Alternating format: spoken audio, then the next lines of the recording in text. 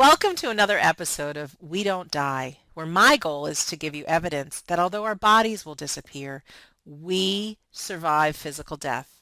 When we aren't afraid of death, we are less afraid of life. From these episodes, I aim for all of us, myself included, to take more risks in life, go after our dreams, have great relationships, and some fun in the process.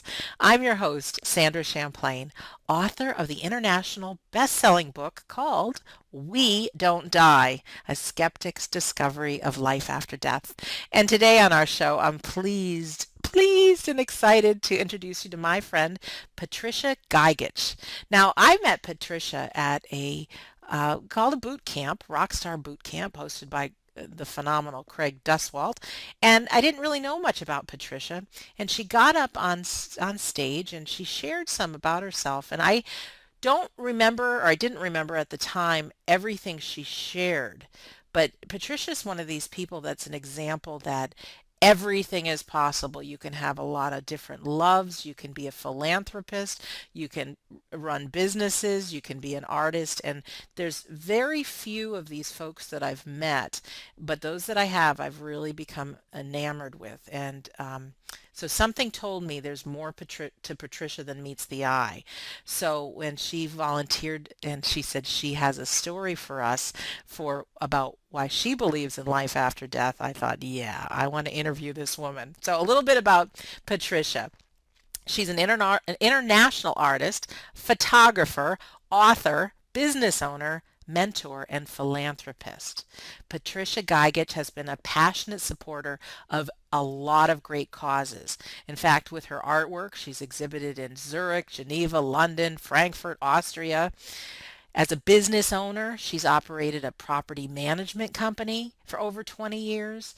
She is a mentor, a coach, passionate about giving. In fact, she's part of Free the Children and co-founder of the Colors of Freedom Foundation. She's spoken about helping build a library, orphanage, and school in Cambodia. She is the author of a new book called Karmic Alibi. She's working on two nonfiction books, and very playfully, I think she was being playful, she says she's got about 39 other books in the works, and a fiction series as well. She is I've got so much in front of me right now. She has won plenty of awards, received nominations. She's even been knighted as a Dame of the Order of St. George. Thrilled to also find out she's certified by the University of Toronto in applied mindfulness, mindfulness without borders, and in transformational mindfulness by the University of Toronto. She's also certified in Feng Shui, if I said that correctly, and a Reiki master. Patricia Gagic is an example for me, like it's all possible. And to do it within one lifetime, to listen to her in just a moment, she is as normal and lovable and grounded as they come, filled with sharing, and she really is this extraordinary, awesome woman. So Patricia Gagic, welcome to We Don't Die Radio. Oh my God, I'm listening to you and I'm saying, who is this I person? know. Because you know what? Wow. There's even more that I didn't read. I'm scared. I feel like I should be probably like 125 years old. But it's so funny because you just live in your own skin. So everything you've done, I'm imagining, has become pretty normal for you, right? Yeah, as a young child, I was very stimulated by, oh, just everything about art and everything in abstraction, and I was very contemplative. I didn't really do all that well in school. I think I was like a daydreamer, but I had this fascination with knowing, so many different things, and it catapulted, I think, kind of out of control to say, well, I need to know about this, and I'm going to find out about it. And that's sort of been my modus operandi. Wow, and a total go-getter. Now, you're in Canada right now? That's yes, yes. in Ontario near the Going to have snow Toronto. in a couple days. Are you really? Oh, that's what they predicted. I Yeah. know, I know. Well, and it's interesting because we are recording this in October 2014, and it's Hmm. quite possible, it could be 2016 when somebody's listening to this right now Right. in the summertime. So you never know. But Right. it doesn't matter. I truly believe that if you're listening right now, this is just what you may need to hear for where you're at in your life. So, um, I think if we all listen to the conversation, myself included, that Hmm. there's gold in here for us. That like Let's hope so, right? there's some juicy. Well, Patricia, I know there is. I Yeah. know it. I know it, and I'm going to make sure of it, being the host. So, where do I ask you first? I think, gosh, you're up to so much. Let's just start because of the title of the show. Um, we don't die. Why is it okay to ask you why you believe in life after death? Sure. Okay. So um, I would love to share, first of all, Sandra, that I'm very honored and very privileged and very thrilled and very grateful, for the opportunity to have been invited You're to be on your welcome. show. So, and I also want to share, I love your book. So I was very happy to, be part of this. My answer to you is I've had several different experiences, and I think when I started putting my future together and I said, what do I want it to look like? There was a wisdom piece that said, you need to tell your story. It's a very important one, and a lot of people would never have been able to have survived, never mind all the successes that you hear, but a lot of the hardships that you've experienced. And one moment in time came about that, put this book in, and you've got to come up with a title. And all I could think about was, our karma.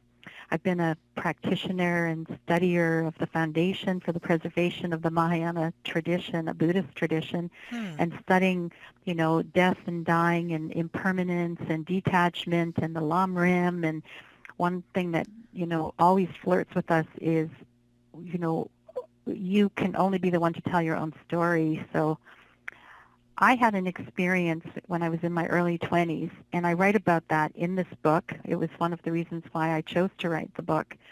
And would you like me to share a little bit about that? Yes, yes, yes, yes, yes, Okay. yes. So I'm living in a very small community in Saskatchewan, and I decide that a friendly neighbor came over, and they don't ride their cars and trucks on a Saturday morning. They come over they ride their horses.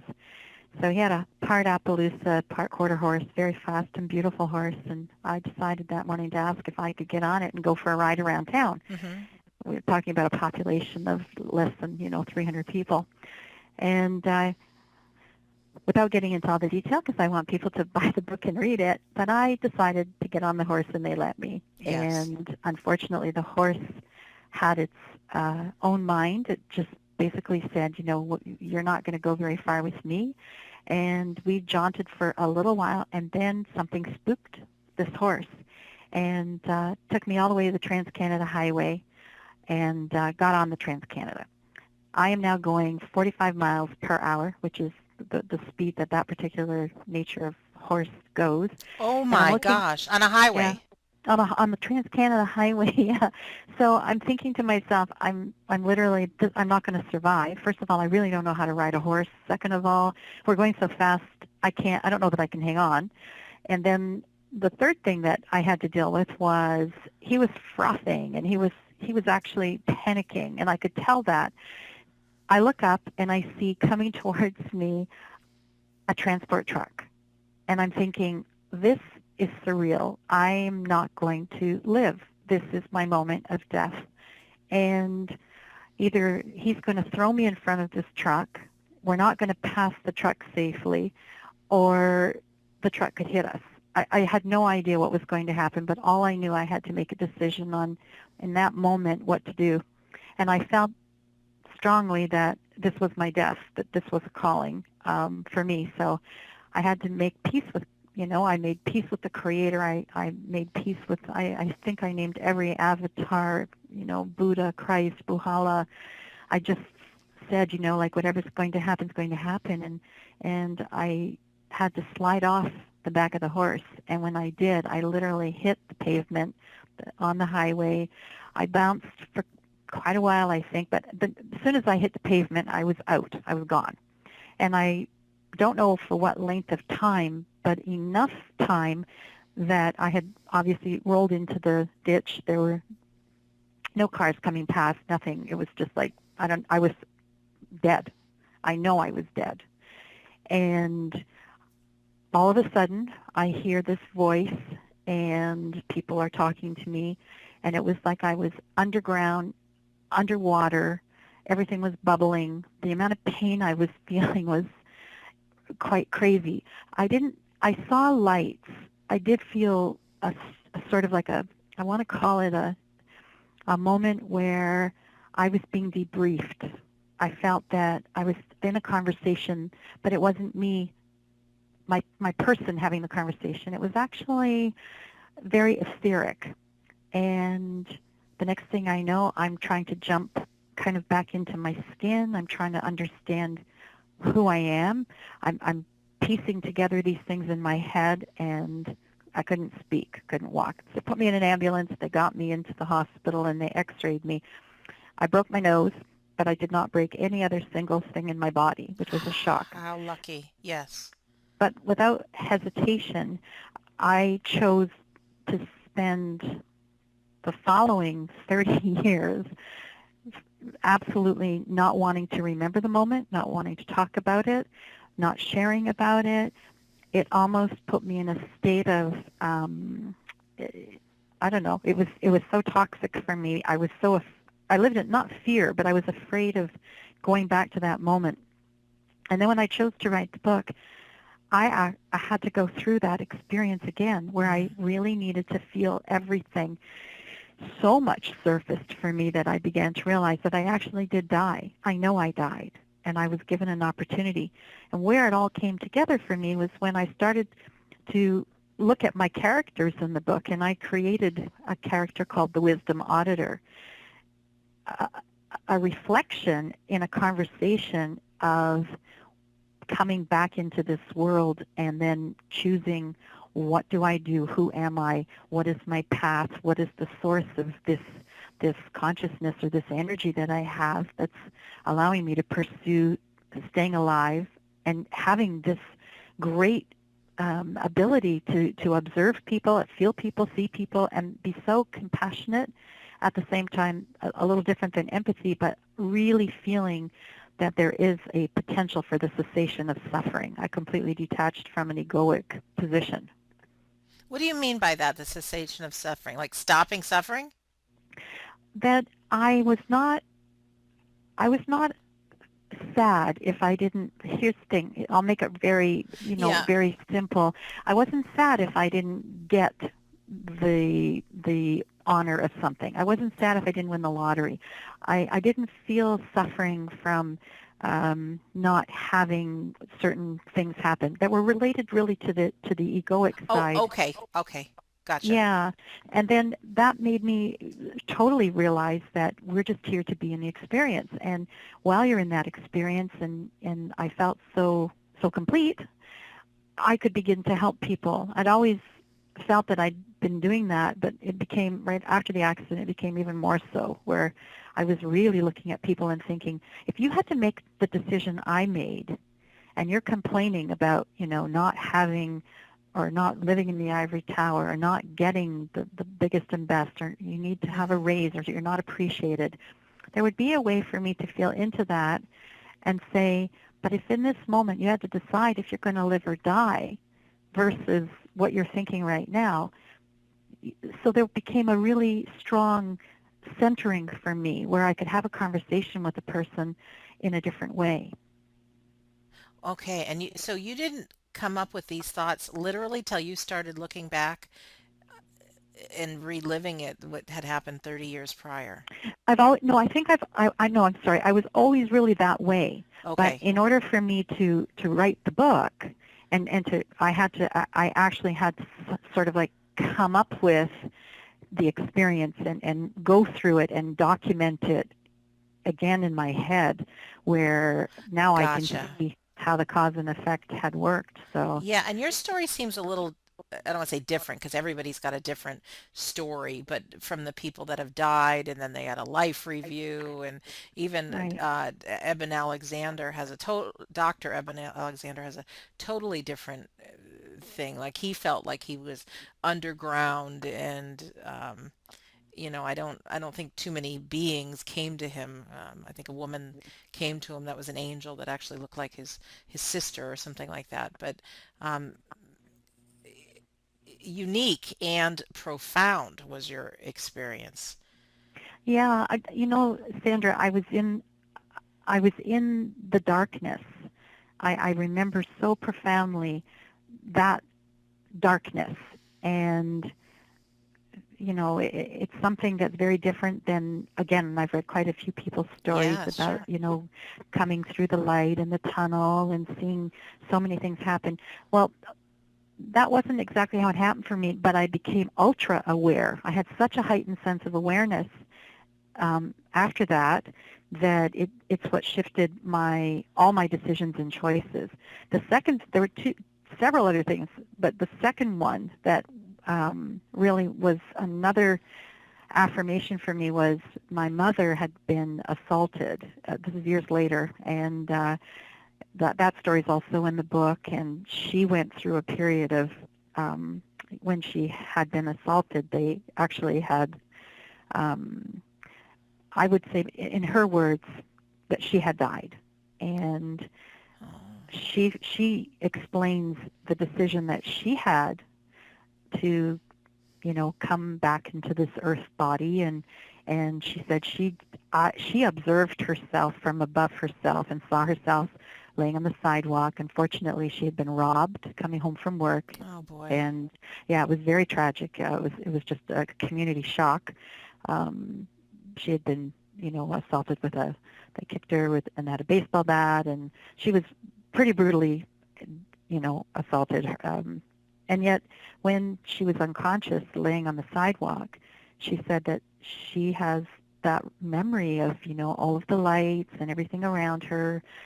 So that for me was another, okay, that's never mind what's happened to me, but, now I'm hearing it directly from my mother. So, and then you again come to the point where you say, what does this mean to you? Like, what are we greeting here? And part of my choice in life is to say, why wouldn't you want to live in a perpetual state of joyful and purposeful life abundance? And why do you want to make bad choices? So the opportunity for me to put my thoughts together, I said, okay, I'm going to create something that's really going to be a teaching tool. So I designed Inspired to be Rewired, Mastering Life's Radical Degrees, the 5 radical degrees, which I call risk, root, remedy, realization, and reality. And through my process, it's very transformative, where I think that we have to simplify things. It's great to have knowledge and be very macro in our dissecting and making groundbreaking, um, discussions. But the reality is, when you can break something down to its finest and its most perfect place, you're going to be able to understand it better. Can you give an example that we could use? Maybe there's something that we're all dealing with or just anything come to mind? Because I get kind of in theory what you're talking about, but I don't get like the application of it. Does that make sense? Yeah, again, it's like a selection. So you have had an argument with one of your siblings, Right. and you're really going to hold a grudge, and that's happened to all of us. And they think they're right, and you're right. So Right. you've got to teach them that lesson. Well, in so many ways, if you can actually understand um, what the argument's about, what difference is it really going to make to anyone, 2 days later or 4 days later or 5 days later? So if you can learn how to master releasing your attachment to you being right in that outcome and just basically letting things go. And transforming them so that as a result of your action, which is very positive, you're not adding any more negative to that other person who, when they're in their anger mode, they're just continuing to add more and more. So if you deplete them or allow them that cessation of it, they are going to change, and that creates a better relationship, an opportunity for better relationships Now, how can you deplete them of their anger through this? by not fueling it, not continuing the argument, not continuing to be in that negative conversation with them. Is there some kind of a conversation? Because I know, um, and this might be silly, but as a kid, I don't know, it was something between my parents, and dad would say something and my mom would be like, "Yep, you're right." And that would be the end of the conversation. But, Right. he knew full well that she was just ending the conversation. That Hmm. it wasn't diffused at all. Is there a way to be with somebody who's argumentative and have them diffuse it and not just avoid the conversation? Does that make sense? Yeah, you know what? That's a that's a whole Whole nother show. that's a whole other show. I think that when, again, you have to look at what is an angry person angry about, and why are they so attached to their anger, and are they living in a groundbreaking fear? Is there a subconscious memory of their past that they're surfacing or they're trying to deal with? What is it they're trying to support? And when they are attacking another person at that high degree of emotion, and the other person does not want to fuel it and they walk away, there still is a relationship between the two situations, but it may not be something that can be as resolved. But Mm. you diminish a little bit of the fuel to it. And then there's misinterpretation as well, where people see something, or they they want to believe that what it is, their interpretation of something is, it may not be the same as the other, and so that's a misguided conversation. Yeah, I mean, there's somebody in my life that suffers from a lot of anger, and I don't know where it comes from. And I've Right. never dealt with people with like deep-seated anger, Hmm. and it's so easy. And I know for people listening too, if it's very easy for people to take something out on you, even though it's not, you didn't do anything, and people have, everybody's got baggage and whatnot, but it's just the world of anger I've never gotten into too much. And you just brought it up, so it reminded me of a friend of mine that I just can't figure out yet. And um, I don't know. I'm just kind of sitting with the Yeah. conversation. But back to you, almighty, fabulous Patricia.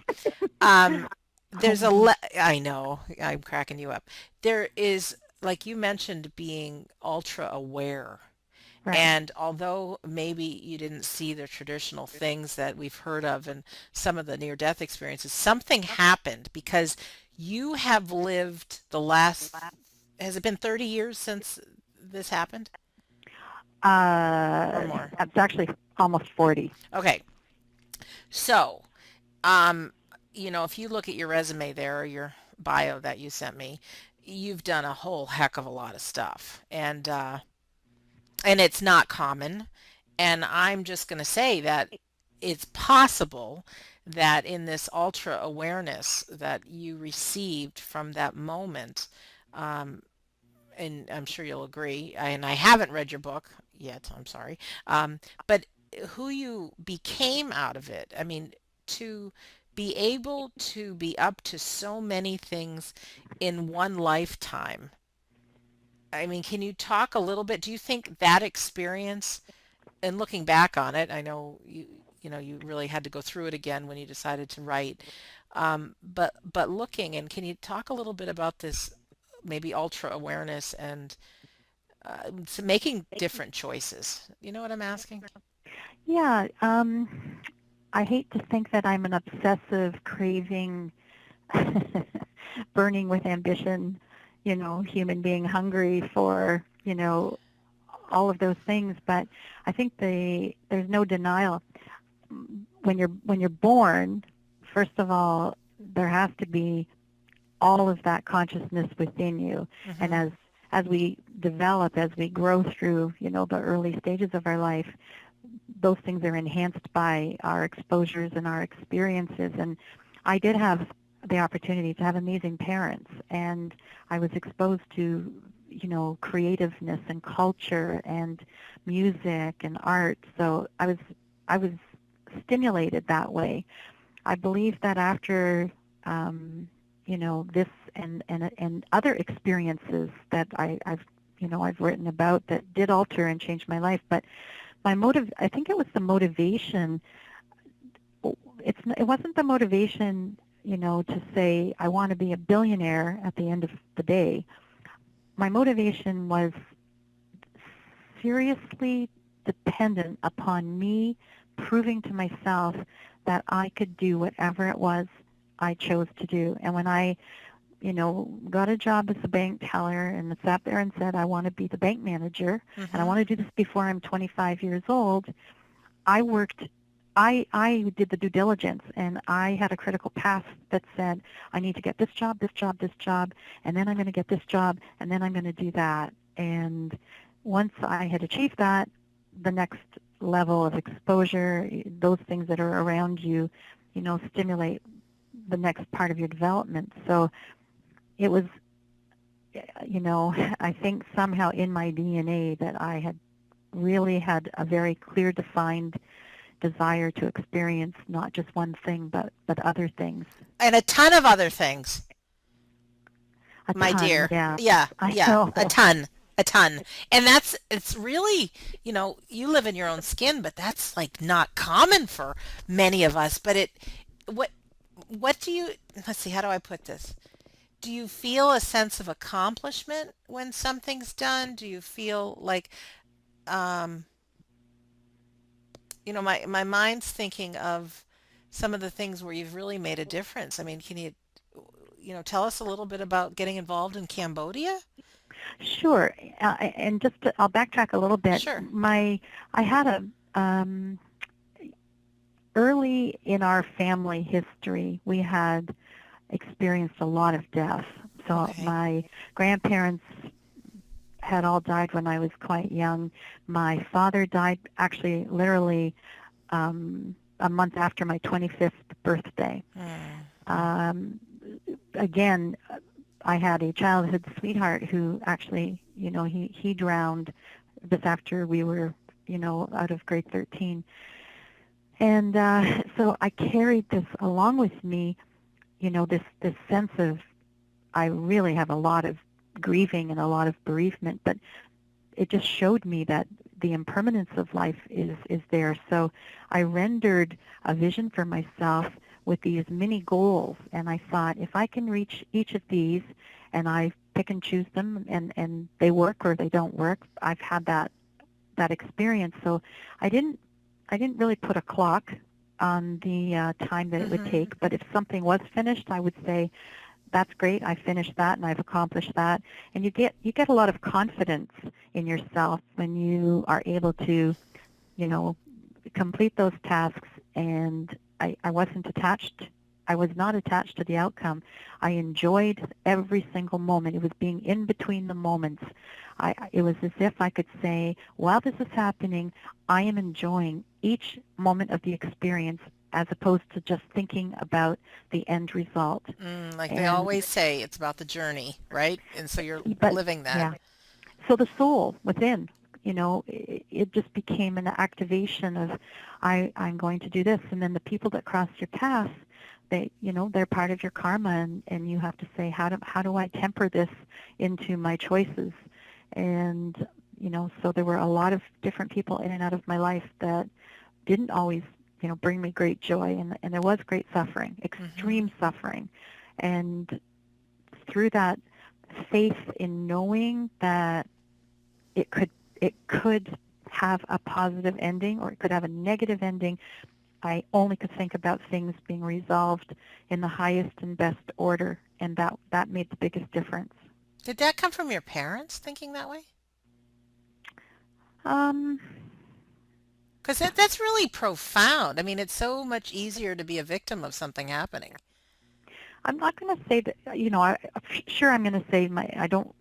My parents were very motivational, but at the same time, there was just this inner knowing, I think, just an Hmm. inner desire to be that person. Um, yeah, it's an interesting question. I It's funny have to ponder because that one. what I'm trying to do is put a finger on why you're so extraordinary. And that's like a tough thing to do because you're just living your life, you know? And it's like, wow, just from an outsider point of view, Well, ex um, extraordinary and with a humongous amount of wisdom.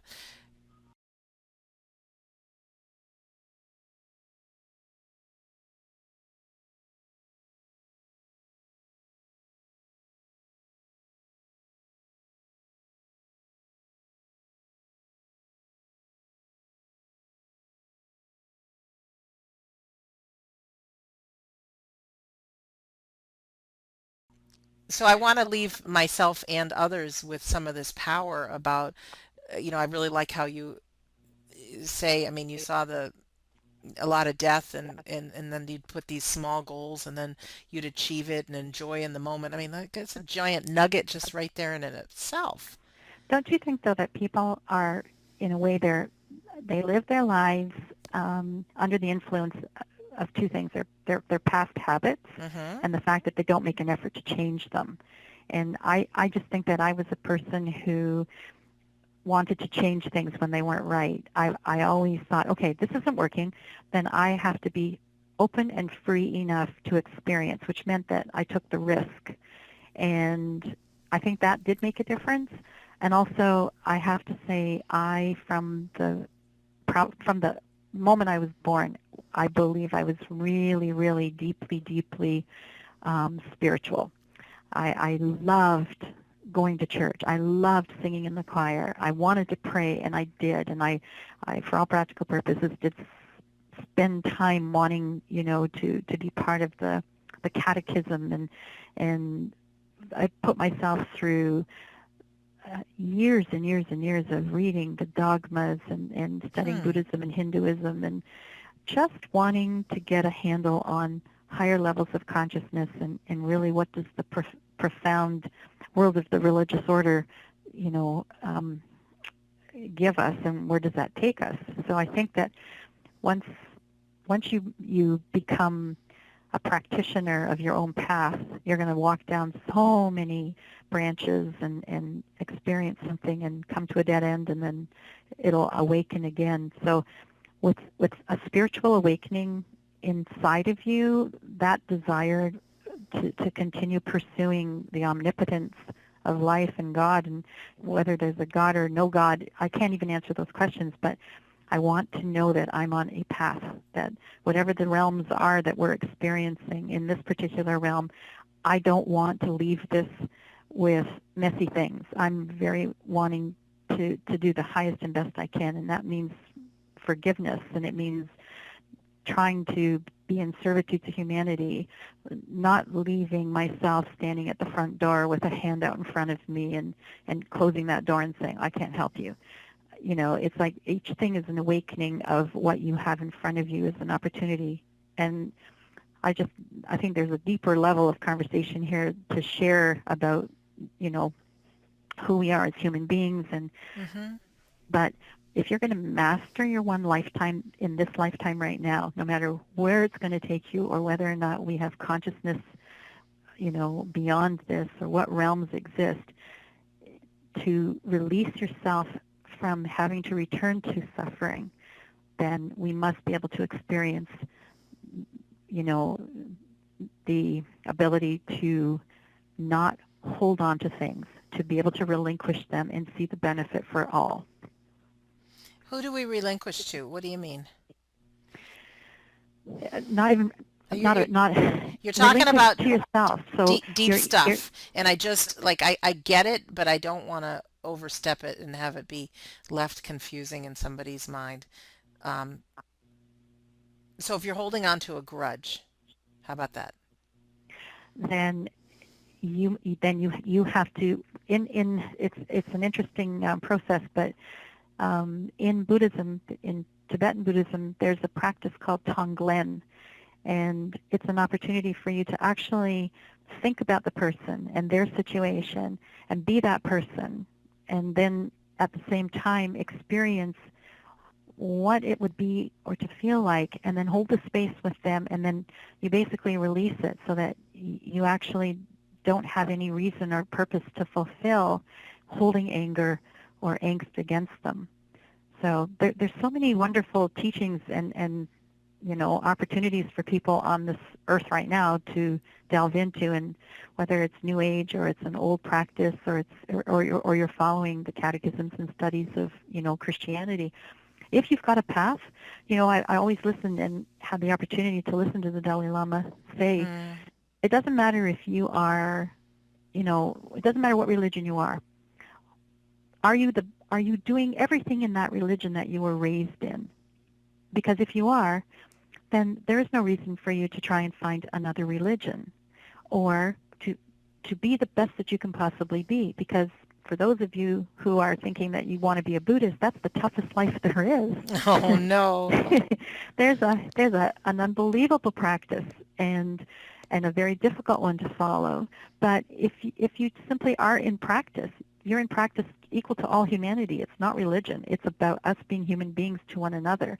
My joyful moment in life, of course, in 2006, I had an opportunity to support this little tiny um, orphanage in Angkor Wat in Cambodia, and that was a moment in a really significant aha way, because I was looking at everything I have here, and then I thought about the sustainability of their culture, and how after the Khmer Rouge, they are only now able to bring back their cultural heritage, their folklore.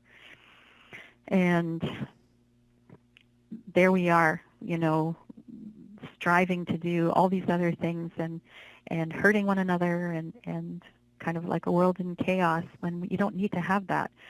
So I supported the orphanage in Cambodia and built a school, and then a school for the monks, and we held one of the first, after the Khmer Rouge, after actually 20 some odd years, the first time that the different provinces of Cambodia were able to get together, and the monks and the nuns prayed together in Angkor Wat, the sacred grounds in Siem Reap, for 4 days. And it was probably one of the most amazing experiences for them to have had, because they shed the tears, they cried about the past, and they cried for the future, that it will be beneficial to all sentient beings. That's So beautiful. I know it was amazing. But if we in this one lifetime can rewire our thinking that way, and just you know just really embrace enjoying who you are, what you're doing in this moment, who's around you, and then if you do have an idea that you want to, doesn't matter what it is you're going to choose to do, there's nothing stopping you. There is absolutely nothing stopping you. It's you stopping you. Can I ask you something? I look at everything that you've done and that you've been able to support this orphanage and everything. And there's a lot of us, myself included, that have debt, that don't have finances worked out, and struggle maybe with money. I would love nothing more than to have oodles of income so that I could be a philanthropist and share everywhere I can, and it's so easy to say, well, money's stopping me because I've got to really work hard just to have my mortgage and buy groceries, and there's some income coming from the book, but I haven't hit it big yet, whatever that is. But you talk about this rewiring of the brain. Can you use maybe money or scarcity or whatever that is? Could you maybe talk a little bit about what you mean by rewiring of the brain, and maybe in the context of maybe money, abundance, and seeing, I know we talked a little bit before we started about weight, about, thinking thin, and rewiring the brain. But how about on the front of like finances, like, eh, could you You know what I'm asking? Could you give an example how we could put in a practice of maybe rewiring a little bit? And I know there's a big practice that goes with it, but just to give us a little hint of what you mean.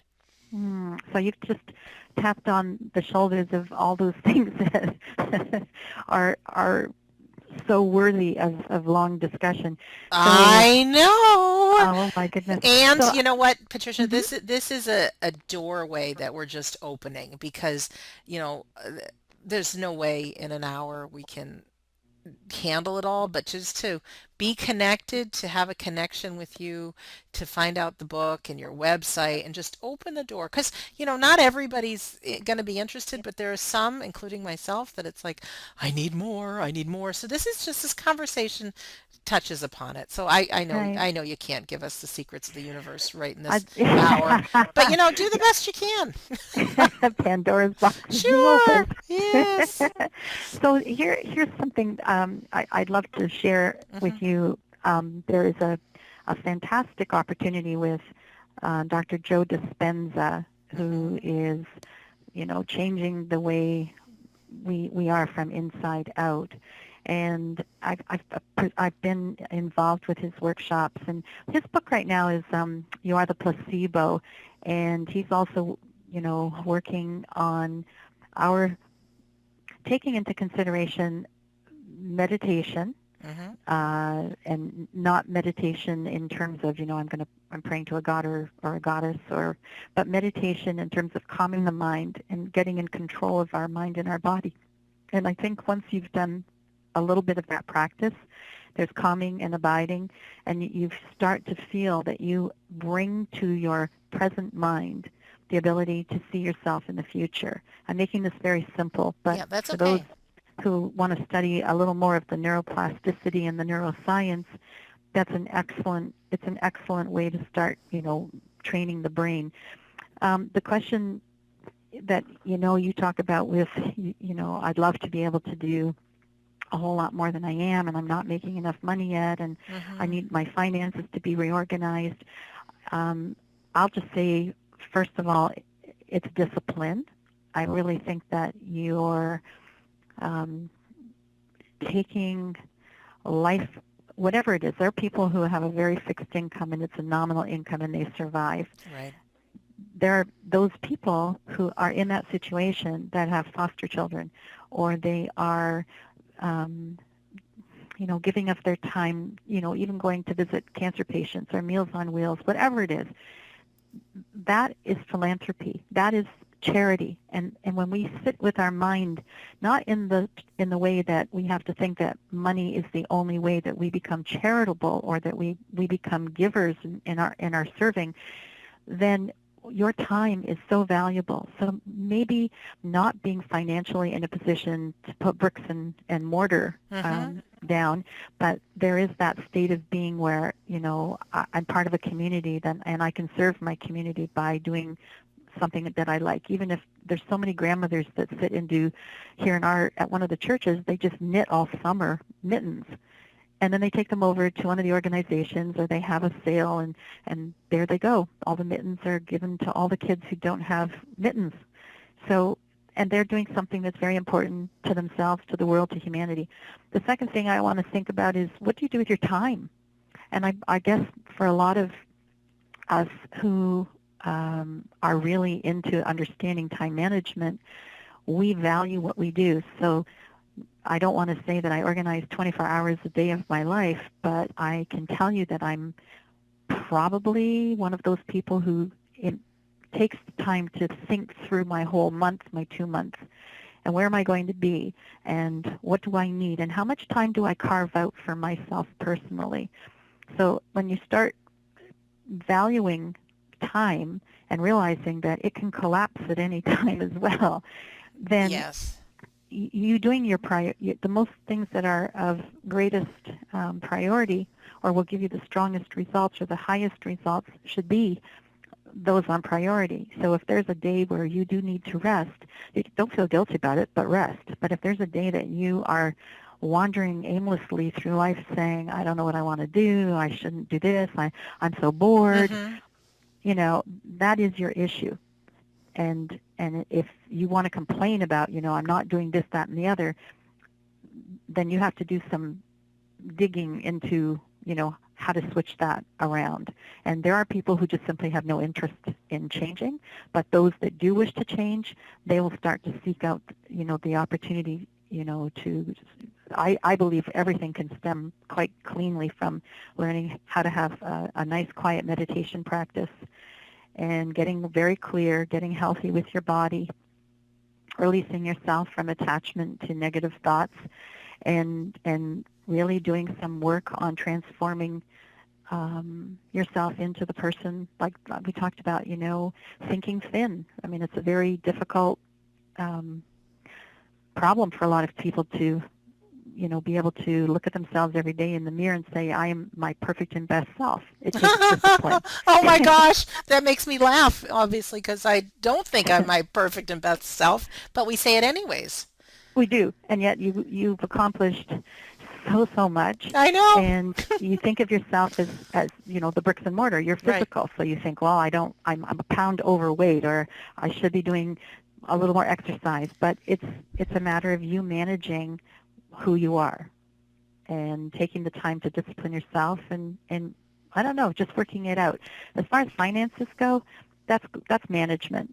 Everyone knows, here's how much I'm making. If you're self-employed Hmm. and you're not making any money, you've got to put a funnel together to figure out how you can increase your revenues and do some marketing and increase the number of people that are coming to your, to your product or your service. You know what I like about you, Patricia, What's is, that? and this is just funny because there are so many people, what I really wanted you to say is, think yourself thin, think yourself rich. It's just a practice of the mind. But no, it's structure and Right. commitment and follow through. And, and I just think, wow, she's got it all. This woman, she's got it all. Because it's very, the world of the mind and mindfulness and forgiveness and that whole thing is very real, and meditation and everything. But then there's the actual action steps that are aligned with that, the more concrete things that like to do and to structure time and know, yeah, you might say you don't have your 24 hours plotted out, but I don't see you as a person that every day is sitting on the couch eating bonbons, flipping through the soap operas. I Yeah. don't. So you have to be fair too. So Hmm. in mindfulness, this is you know this is what I think makes a big difference. If you can keep this in the forefront of your thinking, that you are fully present in this moment without judgment, and that without judgment part is also not about other people, but it's about yourself. So right now, I'm fully present in this moment without judgment, and I'm here to experience. And in that experience, I'm going to start making better choices for myself. I'm going to start thinking through, what do I really want? Who's in my, they talk about elimination of, negative aspects. Well, sometimes you can't get rid of something that is, a family, for example, a family member that Right. may in fact be causing you great grief.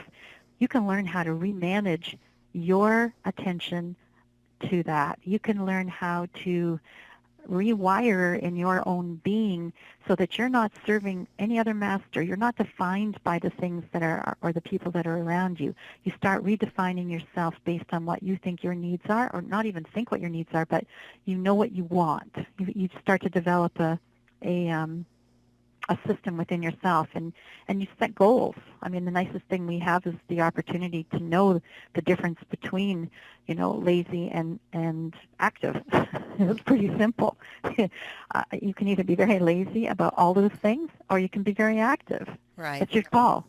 Now, if you have illness, or you've got a debilitating situation, or you're having to be a caregiver to someone, and you don't have that opportunity or luxury, you can still find other ways of shifting. And sometimes people don't ask for help. When I wrote Karmic Alibi, originally I said my tagline on it was gaining expedient wisdom by rehumanizing your attitude. And in a lot of ways, I love that line because expedient wisdom, like right now, Mm-hmm. I'm going to get this by rehumanizing my attitude. And that really means I'm calling myself on myself. And I'm saying, wow, so were you, a nasty person? Did you make bad decisions in your life? Have you not always been? Well, of course. I mean, my gosh, we're here in this realm, and, you know, I've made so many bad decisions or choices, and I'm paying the consequences through my karma and through relationships and all kinds of Uh-huh. things, circumstances. But am I trying to stay on a path right now? Absolutely. Am I interested in being mindful about all my choices from here on forward? Yes, I am. Is that easy? No, it's not. What does it take? It takes discipline. It takes hard work, and it takes being mindful so that I am constantly aware of what it is I'm putting my energy and my thoughts into. Wow. It sounds like this world of mindfulness takes as much attention as like if you're trying to change a habit. I mean, you're really paying attention to the thoughts Hmm. um and you're having a discipline there. That's I think for many of us the hardest muscle to build is really watching our thoughts, and it's so much easier to be negative and stew in victim mode and go into a lazy mind and um And we live in monkey brain. well, for those that haven't heard what monkey brain is, can you give your Patricia Gagic impression of monkey brain, Just what that hanging means? from one thought to another and letting our brains just, run in a whim. Like I'm going to think something and I'm just going to overthink it and add things to it and just be monkey brain. I can't, we can't be monkey brain. We've got to settle No. down. And you know what? I love what you said. I am fully present in this moment without judgment. Like you said that. I wrote it down and I personally spend a lot of time thinking, is this right? Is it wrong? Is it what I need to be doing? Shouldn't it be? How's this person going to react? What if I say this? What's going to come back? And just by saying I'm fully present in this moment without judgment kind of leaves open this what does Sandra want? Like, I've been a people pleaser and like what I should be doing and what looks good and, what looks bad and a lot of ego-centered stuff. But um, being fully present in this moment without judgment, I think what could open up for myself and others really is getting some clarity as to who we are and what it is we do want. Yeah. Sandra, if we could condition ourselves, to stay away from anxiety and stress and and the thing is that we fuel as much energy in that when it's presented to us as we could if we could look at it in a certain situation and say, is there a better answer to this or is there a better outcome? And when we detach from our need to have the perfect end result, then sometimes we do make those better choices. And we can walk away from people too. We can walk away from situations because this life is impermanent. So if in this moment your state of existence and your subtle body and your mind are experiencing, an anxiety, then your mind is continually plagued by that longing and being dissatisfied. So you want to give yourself a difference. You want to be able to see yourself as, being in the experience, but do I need to bring that much harm to myself? Whatever you're bringing in to your emotional experience, you're taking that inside your body. That's why we have illnesses. That's why people have ulcers. That's why people, go through significant depression and Hmm. so much of this is new science. At the same time, it's very old medicine. Right. But the mind can heal. The mind has the ability. There's an artist that I am friends with. His name is Andrei Mirapolsky, and he's actually from Los Angeles. And many years ago, he had been invited by Wolfgang Puck to his wedding in France, in the south of Hmm. France, and also to paint the interior of one of his restaurants. And he did that, and he went to the wedding, and he got on a plane, and he got into Los Angeles, jumped in his car, and fell asleep at the wheel and drove into a tree. It's a very horrible story, but he was unconscious for several months in a coma, broke, I believe, I don't know how many bones in his body, plate in his head, eventually, laying in the bed, he said to himself, I'm not going to die. I'm not going to be crippled. And he built an army of, of cells.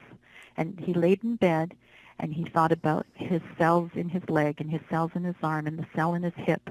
And he got the cells working together, not fighting, an army that wanted to work together to mend. They became so vital to him that that's all he wanted to do. And he actually created the ability for himself to live and have a normal life and be productive. And he is truly one of those miracle stories. So I think that people who have that, um, that dedication and just that fight or flight, like the spirit within to really, really make it through something, they will. And it starts in the mind, though, doesn't it? Yeah. Wow. Well, our Even though, time. Go ahead. hmm no, yeah, I was just going to say, even though we don't live forever, Yeah. we still have this time. We are in this body, and you have to plan wisely. You plan wisely for your death. If you can start thinking about, the realities of your life, and being fully present now, but always having comfort in knowing that everything that you're doing now is for the best of yourself and for the best of those around you, and you'll overcome a great deal at the end of your life. Wow. It sounds so scary, yet, I have to remember practicing what I preach. We don't die. And when I would love for each human being is at the end of our physical life in the human form, that we've prepared for it and that we've played full out and we've done everything we know to do and had a joyful life, made a profound difference. Hmm. We're creative, had great relationships, lots of learning and growth, and that there was that comfort that, I'm good with this. There's a few older folks that I've met, even my grandmother included, said, she was fine with when it was her time to die. She says, when the good Lord calls me forth, I can't come fifth. That's what she would always say. And Yeah. and then there's many, many, many, many, many more that it doesn't matter how old they get, they're still afraid of death. So to prepare. So what I wanted to say though is our time is coming to an end really quickly, and we could talk to you forever because you're pretty amazing. But I would love for you to share a couple things. One, how people can find out more about you. If you have a website, if you want to talk a little bit and share Karmic Alibi, and what your message is in Karmic Alibi, because your 39 other books aren't written yet, and your who knows what else is yet undone for me to learn from you. But you have cracked open a door for me, and I want to learn more. And so would Karmic Alibi be the next step to open my mind up a little bit more and find out more about you? What do you recommend, and how can we get in touch with you? Thank you. First of all, thank you for, I know we're going to be ending this, and I want to say thank you so much. It's been a wonderful conversation, and you know, um, I think when you as a human being are doing what you're doing by allowing people to share, and you're listening and receiving and manifesting, I mean, it's a really beautiful experience. So I want to say thank you so much, and it's been wonderful to know you. You're welcome. It's just the beginning, though, with our friendship, because I'm like, I Yeah. like this woman. We're going to stay in touch. Yeah, joined at the hip now.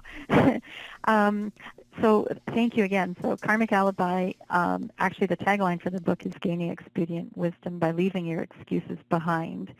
So I Love really that. do thank you. I treasure the experiences I've had, and, I write about them in the book as a bit of a memoir. And then when you read my experience, I don't give you all of those, great, great details. I actually wrote the book on the basis that I take you immediately to the experience, to what is transpiring.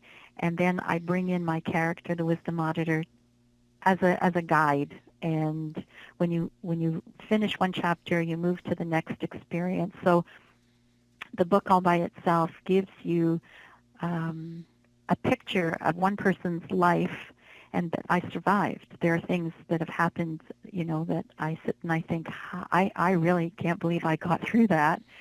and a lot of people have not gotten through some of the things that I've had to go through.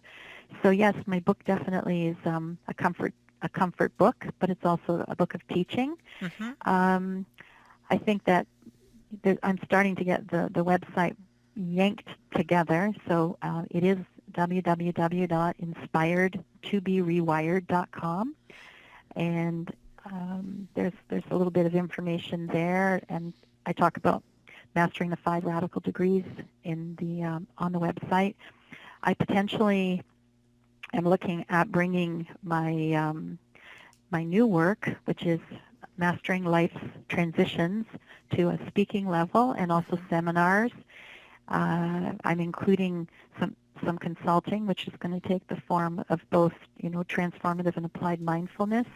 As a feng shui consultant, I'm also really concerned with the health and the wealth and the way that people are living and occupying their land form, their space, and there are remedies that are available. It's classical feng shui, but it's very important. And some people can say that's so woo-woo, but I think that there's a great merit to understanding we all have a field and sphere of energy around us, and in that field of energy, there are things that can shift. So it's not being naive, it's being open. And I think sometimes we ask the questions. You always have to ask why, how come, whatever. May not get an answer, but the curiosity might lead you to another door being opened. So I do have quite a bit on my plate, and I'm excited about Uh-huh. moving forward. and and that's kind of where I'm at right now. Oh, and I really do thank you. We all thank you for taking this time to be with us. And I'm delighted that this beautiful woman I met at a seminar now just shared her heart with us. I mean, I really am. And you just left me wanting a lot more. And I'm nowhere near perfect, and not any one of us is. And I think if we can learn from somebody else and somebody else's stories and have a better quality of life, I mean, you know, that's what I'm out for. And if this is your first episode listening to We Don't Die, I hope it's been valuable. If it's not, and you've listened to all of them, because I know I've got a whole bunch of people that are just waiting for the next, I thank you for your dedication. Because what it tells me is that we're all on this path together, all human beings. We all have fears, we all have questions, and we really want to make the best of our life with what we've got right here. So yes, it's great to read books. Yes, it's great to go to seminars and stuff like that. But just by sheerly just spending an hour listening to Patricia and I really do hope you've got some great value. And Patricia, thank you. Thank you for being here. And for our listener too, if you go to we don't die radio.com, you can see who the lovely Patricia is. You see a picture of her. I'm going to put a link to her book so you can take a look at what Karmic Alibi is. And I'll also put a link to her website, Inspired to be Rewired. And I think just as a closing comment, because it really hit me very, very deeply, that I am fully present in this moment without judgment. And write down those words.